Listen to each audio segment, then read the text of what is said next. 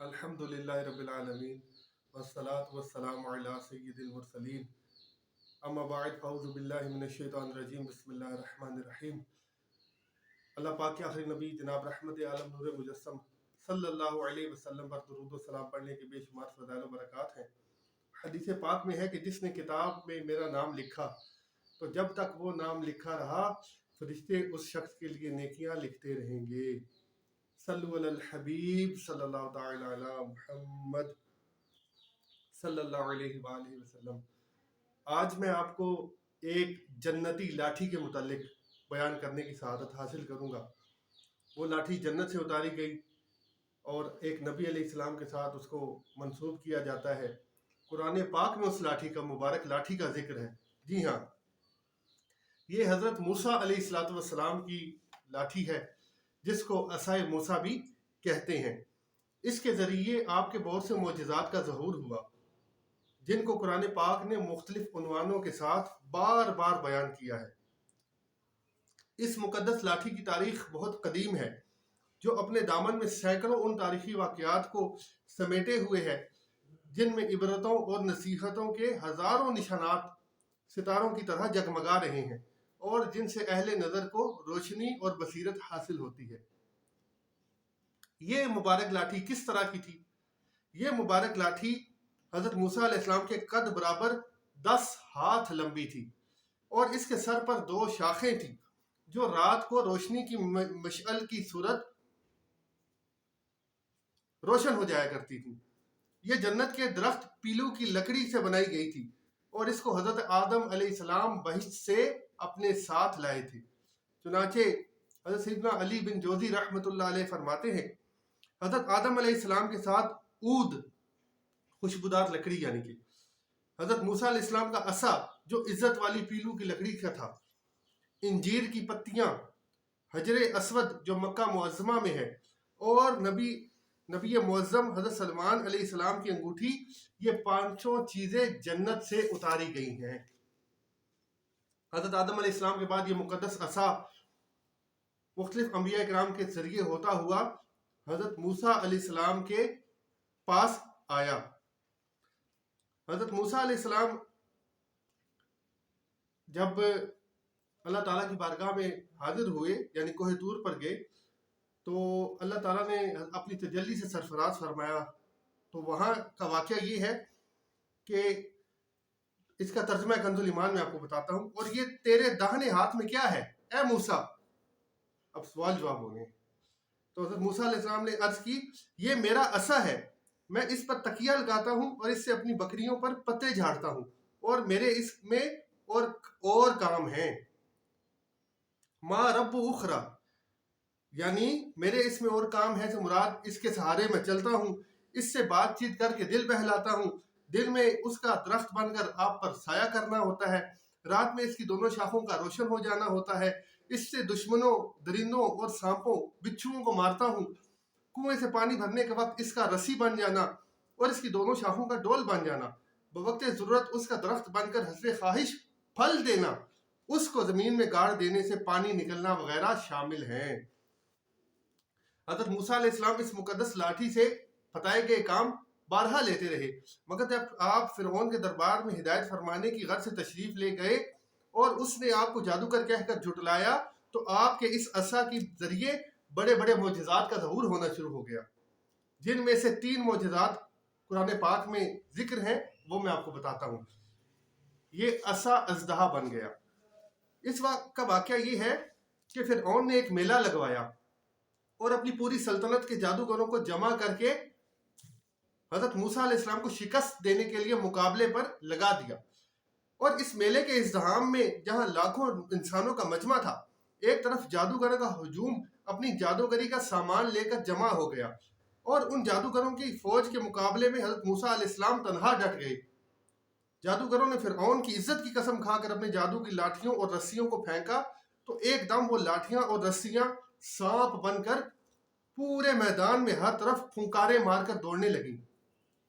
تو پورا مجمع خوف و ہراس سے بدحواس ہو کر ادھر ادھر بھاگنے لگا اور فرعون اور اس کے تمام جادوگر اس کرتب کو دکھا کر اپنی فتح کے گھمنڈ اور غرور کے نشے میں بدمست ہو گئے اور جوش شادمانی سے تالیاں بجا بجا کر تمام اپنی مسرت کا اظہار کرنے لگے کہ اتنے میں ناگہاں حضرت موسیٰ علیہ السلام نے اللہ کے حکم سے اپنی مقدس لاٹھی کو ان سانپوں کے ہجوم میں ڈال دیا تو یہ لاٹھی ایک بہت بڑا اور نہایت ہیبت ناک اژدہا بن کر جادوگروں کے تمام سانپوں کو نگل گیا۔ یہ معجزہ دیکھ کر تمام جادوگر اپنی شکست کا اعتراف کرتے ہوئے سجدے میں گر پڑے اور بآواز بلند یہ پکارنے لگے، یعنی آمنا بربی ہارون و موسیٰ، ہم سب حضرت ہارون اور حضرت موسیٰ علیہ السلام کے رب پر ایمان لائے۔ اب دوسرا واقعہ آپ کو بیان کرتا ہوں کہ یہ عصا مارنے سے چشمے نکل آئے۔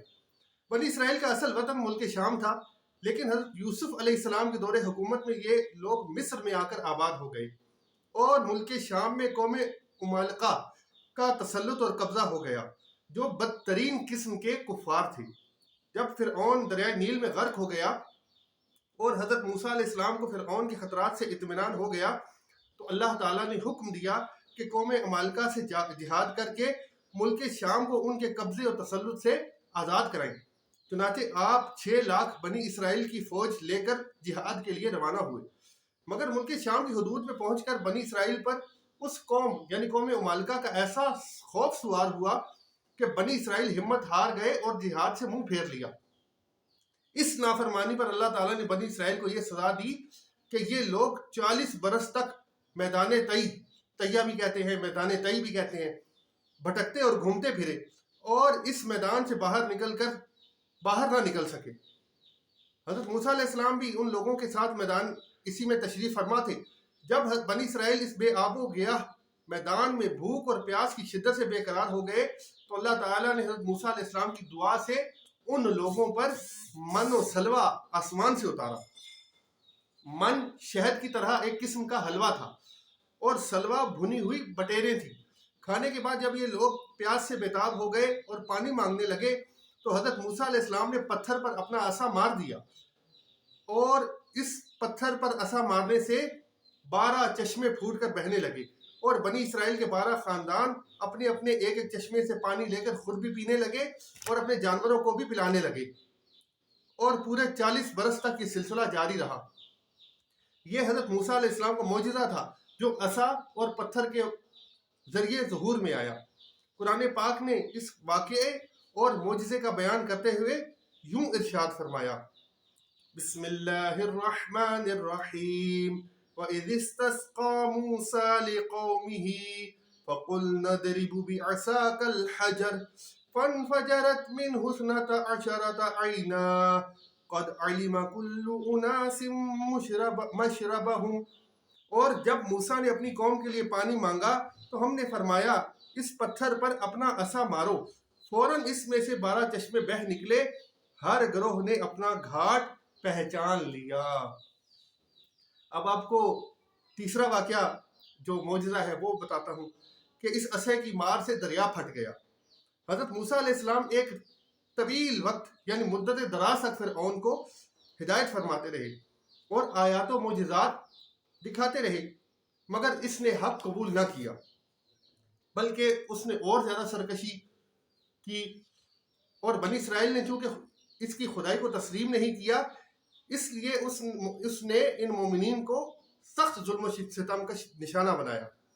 اس دوران میں ایک مرتبہ حضرت موسیٰ علیہ السلام پر وحی اتری کہ آپ اپنی قوم کو لے کر رات میں مصر سے ہجرت کر جائیں۔ چنانچہ حضرت موسیٰ علیہ السلام بنی اسرائیل کو ہمراہ لے کر رات میں مصر سے روانہ ہو گئے۔ جب فرعون کو پتہ چلا تو اپنا لشکر لے کر یعنی حضرت بنی اسرائیل حضرت موسیٰ علیہ السلام کے جو ساتھ تھے ان کی گرفتاری کے لیے چل پڑا۔ جب دونوں لشکر ایک دوسرے کے قریب پہنچ گئے تو بنی اسرائیل فرعون کے خوف سے چیخ پڑے کہ اب تو ہم فرعون کے ہاتھوں گرفتار ہو جائیں گے، اور بنی اسرائیل کی پوزیشن بہت نازک ہو گئی، لیکن کیونکہ ان کے پیچھے فرعون کا خونخوار لشکر تھا اور آگے موجیں مارتا دریا تھا۔ جب دریا کے بیچ پہنچے تو اللہ تعالیٰ نے حضرت موسیٰ علیہ السلام کو حکم دیا کہ تم اپنی لاٹھی دریا پر مارو۔ اس پریشانی کے عالم میں حضرت موسیٰ علیہ السلام مطمئن تھے اور بنی اسرائیل کو تسلی دے رہے تھے۔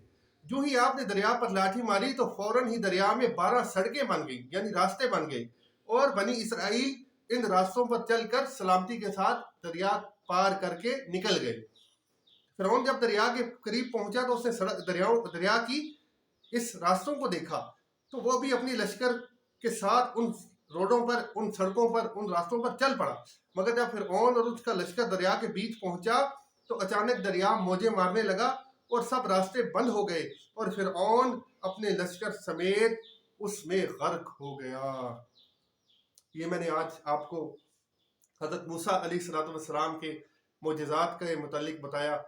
آگے ایک بہت ہی پیارا واقعہ ہے اور وہ ہے دوڑنے والا پتھر۔